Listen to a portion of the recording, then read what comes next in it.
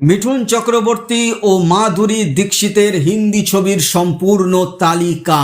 प्यार से भी ज्यादा तुझे प्यार करता हूँ।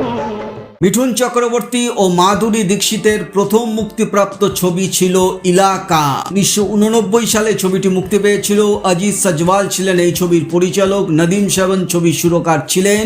সঙ্গে সঞ্জয় দত্ত, অমৃতা সিং, রাখি, ধর্মেন্দ্র, অমরিশ পুরী অভিনীত এই ছবিটি বক্স অফিসে হিট করেছিল। प्यार से भी ज्यादा तुझे प्यार करती हूँ।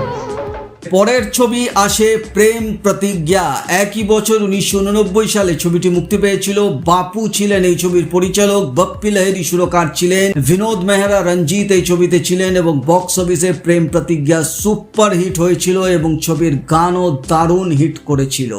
प्यार कभी कम नहीं करे ना। এর পরের ছবি মুজরিম।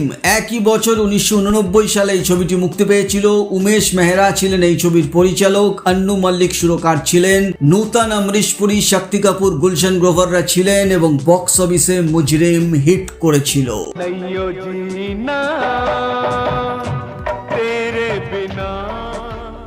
এর পরের মুক্তিপ্রাপ্ত ছবি প্যার কা দেবতা। 1991 সালে এই ছবিটি মুক্তি পেয়েছিল। কে বাপাইয়া ছিলেন এই ছবির পরিচালক, লক্ষ্মীকান্ত প্যারেলাল সুরকার ছিলেন, সঙ্গে কাদার খান, শক্তি কাপুর, সুরেশ ওবেরয়, রূপা গাঙ্গুলি, মৌসুমী চ্যাটার্জিরা ছিলেন এবং বক্স অফিসে প্যার কা দেবতাও হিট করেছিল এবং এই ছবিটি ছিল শেষ ছবি মিঠুন চক্রবর্তী এবং মাধুরী দীক্ষিতের জুটি। कुछ देर पहले कुछ भी न था, कुछ देर में ही তো মিঠুন চক্রবর্তী এবং মাধুরী দীক্ষিত দুজনে মিলে মোট 4টি ছবি করেছিলেন। তার মধ্যে একটি ছবি সুপার হিট হয়েছিল এবং 3টি ছবি হিট হয়েছিল, অর্থাৎ 100% সাকসেস রেশিও ছিল মিঠুন চক্রবর্তী এবং মাধুরী দীক্ষিতের জুটির। এই ছিল মিঠুন এবং মাধুরী দীক্ষিতের উপর একটি ভিডিও। চ্যানেলটিকে সাবস্ক্রাইব করে নেবেন যারা বলিউড ছবির ভক্ত, এবং ভিডিওটা ভালো লাগলে একটা লাইক অবশ্যই করে যাবেন। তো দেখা হচ্ছে এর পরের ভিডিওতে, নতুন কোনো ভিডিও নিয়ে আবার আপনাদের সামনে হাজির হয়ে আসবো। ততক্ষণে আপনারা সবাই ভালো থাকুন, সুস্থ থাকুন, নমস্কার।